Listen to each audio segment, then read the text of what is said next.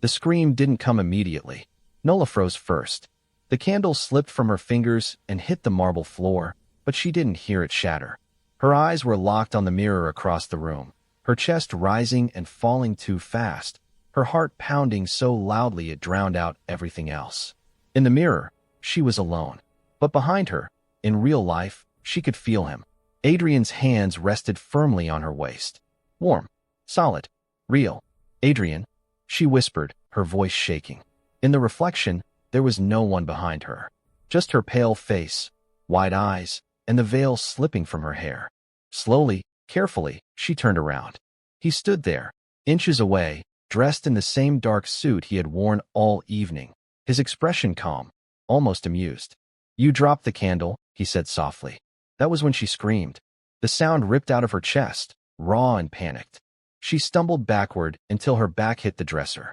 Adrian reached out instinctively, but she slapped his hand away. "No," she gasped. "No, no, no." "What's wrong?" he asked, brows knitting together in concern. She pointed at the mirror, her hands trembling violently. You weren't there." Adrian followed her gaze. His eyes flicked to the mirror for barely a second before returning to her face. "You're tired," he said gently. "It's been a long day." "I saw it," Nola insisted. "I saw myself. Alone." He stepped closer. "Nola." "Don't," she snapped. "Don't touch me." Silence fell between them, thick and uncomfortable. The candle's flame had gone out, leaving the room dim, lit only by the city lights filtering through the tall windows. Adrian exhaled slowly. "You're imagining things." "No," she said, her voice firmer now. "I'm not." He studied her for a moment, his face unreadable. Then he turned toward the mirror, reached out, and adjusted its angle slightly so it reflected the opposite wall. "There," he said. "No more mirror." That terrified her more than anything else. This was supposed to be the happiest night of her life. Just hours earlier, she had walked down a grand aisle lined with white roses, the soft hum of violins filling the air. She had worn a gown worth more than her entire childhood home. Guests had whispered her name with awe and envy. Nola, the girl from nothing, had married Adrian Cross, the billionaire, the man whose name moved markets, whose presence silenced rooms, whose smile never quite reached his eyes. People said she was lucky. She told herself the same thing. When Adrian first noticed her, she had been working late at a charity gala, helping organize seating charts. He had approached her casually, asked her opinion about the event, listened as if her words mattered. Men like him didn't listen to women like her. That was how it started. He was attentive, precise, generous. He never raised his voice, never lost control. When he proposed just 6 months later, the ring alone could have fed her entire neighborhood for years. Her friends cried. Her mother prayed. Strangers congratulated her. Only one thing bothered her. Adrian never talked about his past. No childhood stories. No old friends. No family photos. When she asked once, lightly, he had smiled and said, "The past isn't useful." She had laughed then. Now, standing in their bedroom, her wedding dress pulled around her feet, that memory made her stomach twist. Adrian broke the silence. "You should rest."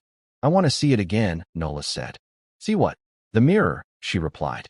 "Turn it back." He hesitated. It was subtle. Anyone else might have missed it. But she saw it clearly, the brief pause, the tightening of his jaw. "No," he said. Her heart skipped. "Why not?" "Because you're upset," he said calmly. "And I don't want to encourage your imagination." Her breath came shallow. "Encourage it?" "Adrian, I just—" He stepped closer, his voice lowering. "Nola, please." Something about the way he said her name made her skin crawl. She backed away again. "I want to sleep in the guest room." For a moment, she thought he would argue. Instead, he nodded. "Of course." Too easily. He walked her to the guest room himself, opened the door, and waited until she stepped inside. As he turned to leave, she noticed something that made her throat tighten. There was no mirror in the room. She lay awake all night, staring at the ceiling, replaying the moment over and over again. She told herself it was stress, shock, wedding exhaustion. But when morning came, the feeling didn't fade. At breakfast, Adrian sat across from her, sipping coffee, reading through news on his tablet. Sunlight streamed in through the glass walls of the dining room. Glass, not mirrors. She watched him carefully. His reflection appeared faintly in the glass panels, distorted but present. Her chest loosened slightly. Maybe she had imagined it. "Did you sleep well?" he asked without looking up. "Yes," she lied. He smiled. "Good." The staff moved quietly around them. Nola noticed something strange then. Whenever Adrian stood, servants subtly shifted objects. A vase moved. A polished tray turned slightly. Anything reflective disappeared from his immediate vicinity. She tried not to stare. Later that afternoon, curiosity gnawed at her too much to ignore. While Adrian was in his office, she wandered the mansion. It was massive, cold, immaculate. Her footsteps echoed as she moved from room to room. She stopped in a hallway lined with framed artwork and mirrors. Her pulse quickened. She positioned herself in front of one mirror, then waited. Adrian's footsteps approached from behind. She watched the reflection carefully. He walked into view beside her. This time he was there. Her shoulders sagged in relief. A shaky laugh escaped her lips. "I'm losing my mind," she murmured. But then his reflection blinked. A fraction of a second too late. Her smile faded. She turned sharply. He stood exactly where the mirror showed him, expression neutral. "You shouldn't be wandering alone," he said. She swallowed. "I was just exploring." His gaze lingered on the mirror. "These should be removed." "Why?" she asked, forcing the word out. He met her eyes. "I don't like distractions." That night, she tested it again. She placed a small hand mirror on the dresser and pretended to brush her hair while watching the reflection. Adrian stood behind her, his hands resting on her shoulders. He appeared normal. Almost. Until the light flickered. Just for a second. In that second, his reflection warped. His face elongated unnaturally, shadows stretching where eyes should be. Nola gasped and spun around. "Nothing." Adrian frowned. "What is it now?" "You changed," she whispered. He sighed, clearly irritated. "Enough." "No," she said, her voice shaking but determined. "Tell me what's going on." He stared at her for a long moment. The air felt heavier, thicker. Then he smiled. A smile she had never seen before. Not warm. Not polite. Predatory. "You weren't supposed to see that yet." Her knees nearly gave way. "See what?" "The truth," he replied softly. She backed away slowly. "What are you?" Silence stretched between them. Finally, he spoke. "I'm not what you married." Her mind raced. "Are you saying you're what? A criminal? A fraud?" "No," he said. "I'm saying I'm not human." A laugh burst out of her, hysterical and sharp. "That's not funny." "I'm not joking." Her laugh died quickly when she saw his face. There was no humor there. "What are you then?" she asked. He stepped toward the mirror and faced it fully. "This is what I am." The reflection didn't copy his movement. Instead, it lagged, twisted, then showed something else entirely. Tall, shadowed, with eyes that glowed faintly from within the darkness. Nola screamed again. She stumbled backward, knocking over a chair. Adrian turned to her, his voice calm, almost tender. "I told you not to look." She shook her head violently. "Get away from me." "I married you because you can see me," he said. "Most people can't." Tears streamed down her face. "Why me?" "Because you're different," he replied. "And because you were lonely." "That's not love," she cried. He tilted his head. "It's close enough." She ran.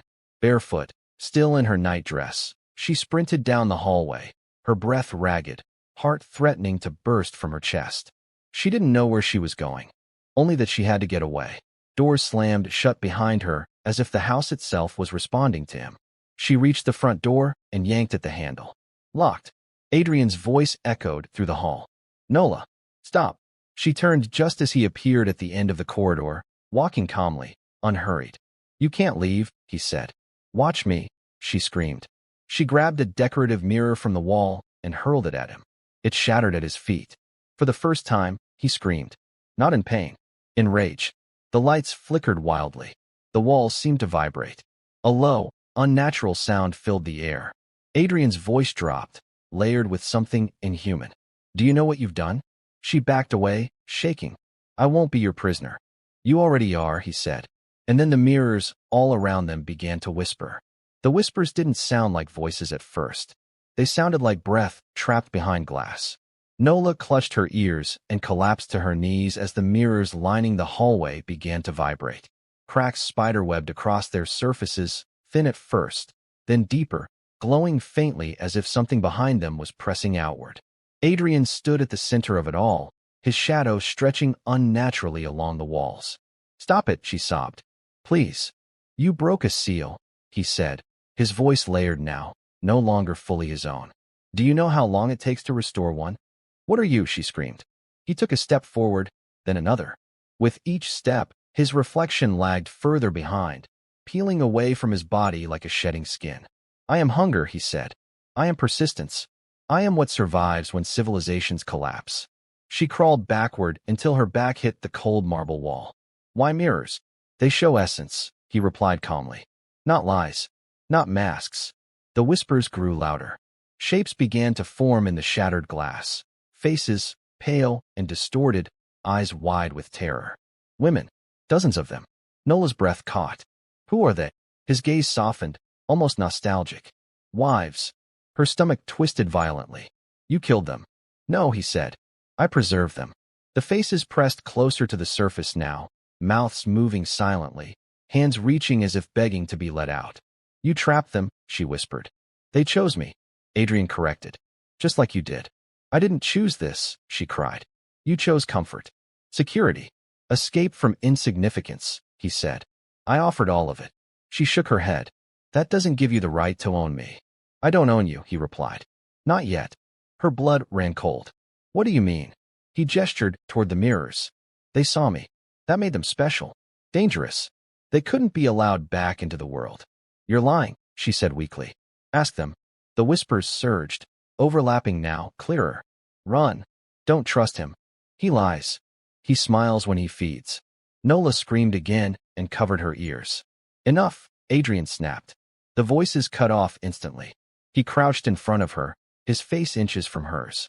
Up close, she could see it now. The way his eyes reflected nothing. The way his skin seemed too smooth, too still.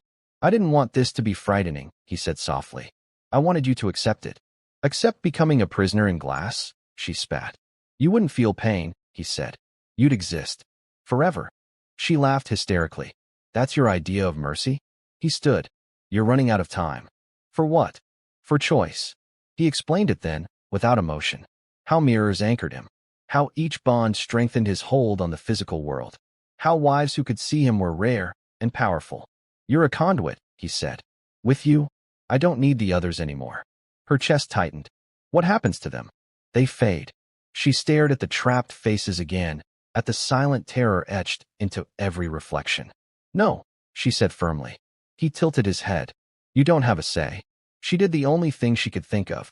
She stood up and ran toward the largest mirror at the end of the hall, the one framed in gold, taller than any other.